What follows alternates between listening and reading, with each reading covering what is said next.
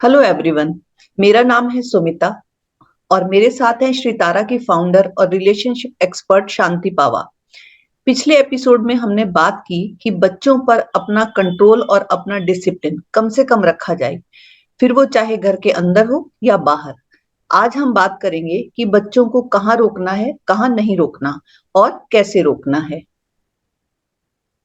देखो सुमिता, बच्चों को तभी रोका जाए जब जरूरी हो। फ्रीडम उनका हक है। तो अगर आप उनको ज्यादा फ्रीडम दोगे तो नेचुरली वो रिबेल नहीं करेंगे। दूसरा, बाहर जाकर आपका काम भी कम हो जाएगा। वो जो करना चाहते हैं उन्हें करने दो। उनके पीछे पीछे भागना ही नहीं है कि ये मत करो, वो मत करो। इसका ये मतलब बिल्कुल नहीं है कि उनको अनलिमिटेड फ्रीडम देनी है। वो कुछ भी करें, चाहे किसी को भी मारें या तोड़ फोड़ करें। नहीं, यहाँ ये बिल्कुल भी नहीं कहा जा रहा। तो आप कह रही हैं कि बच्चों को तभी रोको जब जरूरी हो, पर ये तो काफी टफ होगा डिसाइड करना कि असल में हमें रुकना कहाँ है या बच्चे को कब रोकना है और कब नहीं। हाँ, इसके लिए ना एक बेसिक क्राइटेरिया है रुकने का या रोकने का, कि यू कैन हैव फ्रीडम, पर दूसरों की फ्रीडम की कीमत पर आप अपनी फ्रीडम नहीं ले सकते। यानी you can have your freedom but you can not take away somebody else freedom, and you can not hurt others while pursuing your freedom।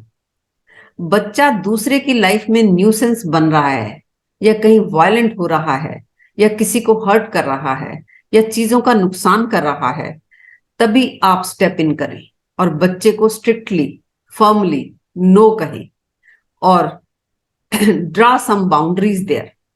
अगर वो किसी को परेशान नहीं कर रहा, then let them do whatever they want. अब यहाँ एक बात ये भी है कि बच्चे कभी कभी अनरीजनेबल डिमांड्स करने लगते हैं। जैसे कि मुझे यहाँ सड़क पर भागना दौड़ना है, ये वाली चॉकलेट या वो वाली गेम मुझे तो अभी की अभी चाहिए, मुझे तो इस या उस ड्राइव पर जाना है। बच्चे बहुत सी चीजें मांगते हैं, मांग सकते हैं। बच्चे कभी कभी बहुत ही सेल्फिश हो जाते हैं। उन्हें पता ही नहीं लगता कि पेरेंट्स की को भी दिक्कत हो रही है।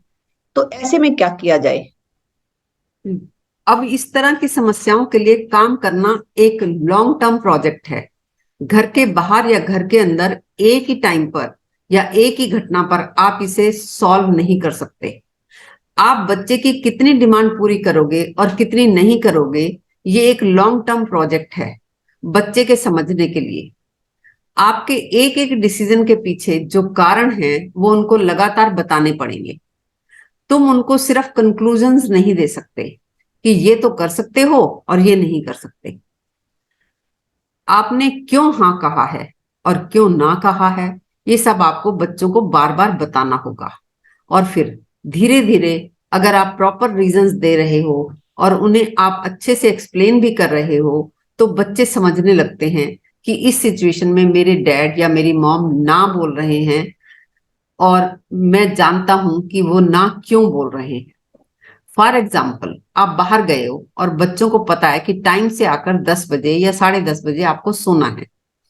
उसको बचपन से पता है कि सोने का घर में रूल है। तो अगर बच्चा रात को 10 बजे कहता है कि मुझे तो आज वो वाली आइसक्रीम खानी है, और उसके लिए आपको आधा घंटा ड्राइव करके जाना पड़ सकता है, तो आपको पता है कि उस आइसक्रीम के चक्कर में आना जाना लगाकर 1 घंटे से भी ज्यादा लग जाएगा। और उसके बाद घर आकर चेंज वेंज करके सोने लगेंगे तो सोने में काफी लेट भी हो जाएगा। तो आप नो ही बोलेंगे। अब यहाँ जो आपने नो बोला है, इसका रीजन बच्चे को पिछले कई महीनों से या कई सालों से पता है कि हमारे घर का रूल है टाइम पर सोना। तो इस नो को वो जल्दी समझेंगे, आसानी से समझेंगे। तो अगर आपने नो के पीछे के कारणों को अच्छी तरह से एक्सप्लेन करते हुए उसे बताया है, तो बच्चों को पता लग ही जाता है कि इस बात के लिए आप मानोगे या नहीं मानोगे। तो फिर उनको पता होता है कि किस बात के लिए जिद की जा सकती है और किस बात के लिए जिद करने का कोई फायदा नहीं है। तो आपका मतलब यही है कि जब आप बच्चे को किसी बात के लिए या किसी भी चीज के लिए मना करते हो, तो हमारे पास प्रॉपर रीजंस हो, तो बच्चे घर और बाहर दोनों ही जगह कम परेशान करेंगे। हाँ, पर फिर भी ये एब्सोल्यूट बात नहीं है। बच्चों के साथ कुछ एक्सेप्शंस हो सकते हैं। यानी कभी कभी ऐसी सिचुएशन आ भी सकती है कि आपको अपना रूल बदलना पड़ सकता है। कभी कभी आपको फ्लेक्सिबल होने की जरूरत पड़ सकती है।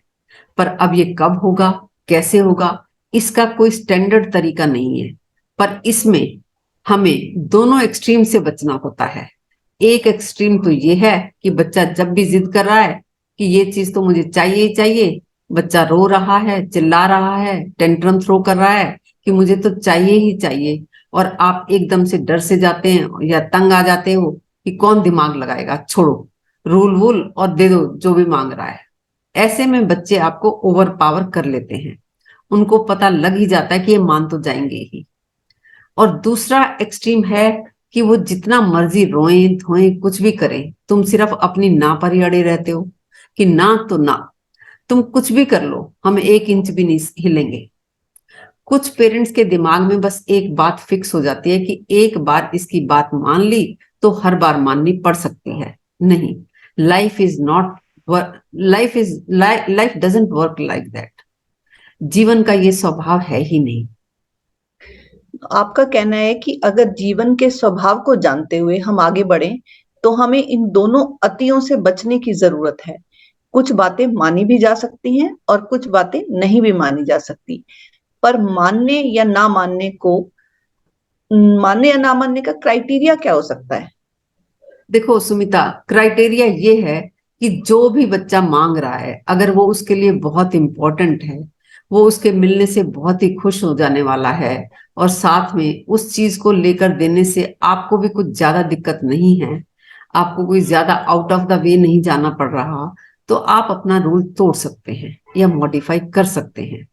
जैसे कि पिछला ही एग्जाम्पल लेते हैं, अगर बच्चे ने 6 महीने से वो फेवरेट आइसक्रीम नहीं खाई है और उसे लाने में आपको 10 से 15 मिनट ही लगेंगे, तो आप सोच सकते हैं कि चलो कोई बात नहीं, इतना तो चल सकता है। पर जो भी बच्चा मांग रहा है वो इतना भी इम्पोर्टेंट नहीं है और दिक्कत ज्यादा है, या 2-4 दिन पहले ही बच्चे ने वो खाया भी है, तो आप स्ट्रिक्टली नो कह सकते हैं। तो हमें इन दोनों चीजों को दिमाग में रखना होगा। अब बताने में तो ये बात साधारण सी बात लगती है, पर ये बातें इम्प्लीमेंट करने में साधारण नहीं है। क्योंकि कुछ पेरेंट्स या तो बच्चे की हर जिद को उनके रोने धोने से मान ही लेते हैं, और कुछ पेरेंट्स बच्चे की हर बात को, हर जिद को इम्पोर्टेंस ना देकर बस इग्नोर ही करते हैं। हाँ, उनको लगता है कि ये तो बच्चा है, ये तो समझता ही नहीं है, पर मैं तो जानता ही हूं कि क्या सही है क्या गलत है, तो डिसीजन वही होगा जो मैं चाहूंगा। बच्चे के लिए वो कितना मैटर करता है वो कंसीडर ही नहीं करते। देखिए, फैसला आप ही लें, लेकिन बच्चे के मन को ध्यान में रखते हुए ही लें। अब बात करते हैं कि बच्चे की जिद को उस वक्त डील कैसे करें, क्योंकि जो बातें मैंने बताई वो लॉन्ग टर्म की हैं, उनका रिजल्ट आते आते तो थोड़ा टाइम लगेगा। पर अभी क्या कर सकते हैं, जब आप घर से बाहर हो और आपका बच्चा जिद कर रहा है, रो रहा है, धो रहा है, जमीन पर लेट रहा है, टेंट्रम थ्रो कर रहा है, यहां तुम्हें वेट करनी होगी चुपचाप, जब तक बच्चा शांत नहीं हो जाता। अब ये करना घर पर तो इतना मुश्किल नहीं होता। अगर आप घर पर हो और अकेले हो तो आप अपना काम करते रह सकते हो। बच्चा रो रहा है तो रोने दो। पर बाहर ये करना थोड़ा मुश्किल हो जाता है, क्योंकि दुनिया देख रही है, वहां पर आप एम्बेरस हो रहे हैं, और क्योंकि आप एम्बेरस्ड हैं तो you want to rush the process. हाँ, आप दबी दबी जबान में कहते हो कि अरे भाई चुप हो जा, लोग देख रहे हैं। अब ये जो एम्बेरसमेंट है, ये आपको ज्यादा ऑकवर्ड बना देता है। आप बच्चे पर ज्यादा गुस्सा करने लगते हो। आप कहने लगते हो कि अभी के अभी चुप नहीं हुआ ना, तो घर जाकर तुम्हारी खबर लेती हूँ। लेकिन देखने वाली बात यह है कि आपका ये जो गुस्सा है, इससे आपकी समस्या हल नहीं होती। इससे तो बच्चा और भी बिगड़ सा जाता है, जोर जोर से रोने लगता है। तब आप अपने बाल नोच लेते हो कि करें तो क्या करें। अब इस वक्त आपको ही चुप रहना होगा, और फर्क नहीं पड़ता लोग देख रहे हैं या वो लोग क्या सोच रहे हैं। लोग आपके बारे में कुछ भी बोल सकते हैं, बोलने ही दो। तुम्हें ये चिंता छोड़नी होगी कि दूसरे लोग क्या सोच रहे हैं, क्या बोल रहे हैं। किसी के भी बच्चे परफेक्ट नहीं है, किसी का भी घर परफेक्ट नहीं होता। आपका बच्चा जो भी कर रहा है, जो भी मतलब जो भी, वो सब नॉर्मल है, पार्ट ऑफ लाइफ है। अगर कोई आपसे कुछ भी कह रहा है तो आप उसे कुछ भी कह सकते हैं या इग्नोर भी कर सकते हैं। अगर कोई तुम्हारी पेरेंटिंग पर क्वेश्चन उठा भी रहा है तो देखो, उनके बच्चे भी कभी ना कभी ऐसा करते ही हैं या कर सकते हैं। वो भी अपने बच्चे को हैंडल नहीं कर पाते। तो ये समस्या तुम्हारी नहीं, उनकी है। सो इस सीन के कॉन्टेक्स्ट को नहीं समझ रहे वो लोग। और तुम्हारा काम ये नहीं है कि तुम किसी को अपनी पेरेंटिंग की सफाई पेश करते रहो। आपको क्या लगता है, क्या वो परफेक्ट पेरेंट्स हैं? नहीं। ऐसा आपको दूर से लग सकता है, पर आप 6 महीने अगर उनके साथ रहकर देखेंगे तो आपको दिख जाएगा कि उनके घर में भी ऐसे ही होता है। तो ऐसी ऐसी बातों की तरफ ध्यान देने की बिल्कुल भी जरूरत नहीं है। तुम्हें तो बस याद रखना है, ये बच्चे के टेंट्रम्स हैं क्या? ये सिवाय बच्चे के इमोशंस के कुछ भी और नहीं है। बच्चों को कुछ चाहिए और वो उनको मिल नहीं रहा, और वो अपने उस ना मिलने के इमोशंस को हैंडल नहीं कर पा रहे। और बच्चे के ये इमोशंस किसी के अगेंस्ट नहीं है। बच्चे के पास अपने इमोशंस को हैंडल करने का स्किल ही नहीं है। तो अब तुम्हारा काम है कि उसे थोड़ा वक्त दो कि वो बच्चा अपने इमोशंस को सेटल कर सके, काम डाउन हो सके। उस वक्त उनको डांट कर या गुस्सा करके उनके इमोशंस को एग्रीवेट करने की बजाय आप चुप रहकर उनके इमोशंस को सेटल होने में उनकी मदद कर सकते हो। इसके लिए आप उनको कुछ भी ना कहकर बस आराम से एक तरफ ले जाकर उसके चुप होने की वेट करो। उस वक्त डांट कर या गुस्सा करके उसके ऊपर चिल्लाकर आप आग में घी डालने जैसा काम करते हो। आप सिर्फ एक ही बात कह सकते हो कि तुम ऐसे चिल्लाकर या रोकर बात करोगे तो मैं आपकी कोई भी बात नहीं मानूंगा या नहीं मानूंगी। ऐसे आपकी डिमांड नहीं मानी जाएगी। अगर आपको अपनी बात मनवानी भी है तो आराम से बात करनी होगी। उसके बाद भी मैं मान भी सकती हूँ, नहीं भी मान सकती। पर तुम्हें जो कहना है, आराम से अपनी बात कहो। मैं यहाँ बैठी हूँ। आप जितना वक्त लेना चाहते हो ले लो, पर बात तभी होगी जब आराम से आप बात करोगे।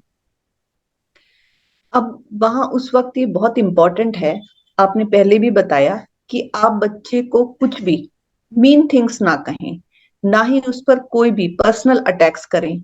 जैसे कि तूने तो हमारी जिंदगी खराब कर रखी है, बाकी बच्चों को देख कितने वेल मैनर्ड हैं, एक तू ही पता नहीं कहाँ से इतना बदतमीज हो गया है, इतना बड़ा हो गया है, समझ ही नहीं आता, पता नहीं कब समझेगा।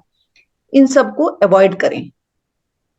असल में उस वक्त तुम्हें अपना वक्त उसे देना है, कहना कुछ भी नहीं होता। तुम बिना कुछ कहे भी वेट करो कि वो अपनी बात को आराम से कहे। और उसे, यानी बच्चे को, दिखना चाहिए कि मेरे ये सब टेंट्रम थ्रो करने से कुछ होगा नहीं। जैसे कि पहले तो उन्हें आपके जेस्चर से ये पता लग ही जाता है कि अगर वो ऐसे टेंट्रम थ्रो करेंगे तो उनके पेरेंट्स बात को मान जाएंगे। पर अब जैसे ही आप 2-3 बार उनको गुस्सा करने की बजाय या उन पर चिल्लाने की बजाय आराम से बैठकर उनको भी कुछ भी और ना कहकर सिर्फ आराम से बात करने को कहेंगे, तो वो इस बात को देखेंगे, नोटिस करेंगे। पर वो तभी जब आप एम्बेरेस्ड नहीं हो रहे। आप अपने जेस्चर से या अपनी बातों से या अपनी बॉडी लैंग्वेज से या किसी भी और तरह आप अपनी सोशल इमेज के खराब होने के डर में नहीं हैं। तो आप अपने ही बच्चे को कह सकते हैं कि करो जो भी करना है। आपको वो चीज तो जो मांग रहे हैं वो कम से कम तब तक तो नहीं मिलेगी जब तक आप ये सीन क्रिएट कर रहे हैं। पहले आराम से अपनी बात कहो, हमारी बात सुनो, तब आपकी बात को कंसीडर किया जा सकता है। अगर बच्चों को ये दिख जाएगा कि आपको फर्क ही नहीं पड़ रहा, तो वो आपके पैनिक बटन को पुश कैसे करेंगे? नहीं, वो फिर कुछ नहीं कर पाएंगे। तो बेसिकली अगर आप एम्बेरस नहीं हो रहे, अगर आपको दुनिया के जजमेंट से फर्क ना पड़े, तो एक तो आप अंदर से रिलैक्स्ड होंगे, आपको गुस्सा नहीं आएगा, और फिर आप अपने बच्चों को आराम से डील कर पाएंगे। तभी आपके डिसीजंस भी इम्प्लीमेंट हो पाएंगे। दूसरे लोग क्या सोचते हैं हमारे बारे में, या फिर लोग क्या कहेंगे, या फिर क्या इज्जत रह जाएगी हमारी समाज में, इन सब से हमारे जीवन में कुछ भी फर्क नहीं पड़ता। इस बात को हमने हमारी YouTube वीडियोस नंबर 68 से लेकर 74 तक में डिटेल में बताया है। इनका लिंक हम डिस्क्रिप्शन बॉक्स में डाल देंगे। अंत में मैं कहना चाहूंगी, मैंने पहले भी कहा है कि सुनने में आपको ये बातें साधारण लग सकती हैं, पर ये बातें इंप्लीमेंट करने में साधारण नहीं हैं। और इम्प्लीमेंट किए बिना सिर्फ सुनकर आप इसका फायदा ले पाएं, इसकी संभावना ना के बराबर है। हो सकता है जो बातें हमने आज की उनमें से कुछ बातें आपने कभी ट्राई भी की हों, तो एक आध चीज और यूं कभी कभी कभार ट्राई करने से कुछ खास फायदा होता नहीं है। ये मैटर इंपॉर्टेंट है और सेंसिटिव भी है और इसमें मल्टीपल फैक्टर्स हैं। इसके लिए सब कुछ और लगातार कोशिश करनी होती है, तब जाकर रिजल्ट मिलते हैं। थैंक यू सो मच हमें सुनने के लिए। फिर मिलेंगे आपके ही पूछे गए किसी प्रश्न का उत्तर देने के लिए। आप अपने प्रश्न हमसे व्हाट्सएप पर पूछ सकते हैं। हमारा नंबर है 9871057598 9871057598।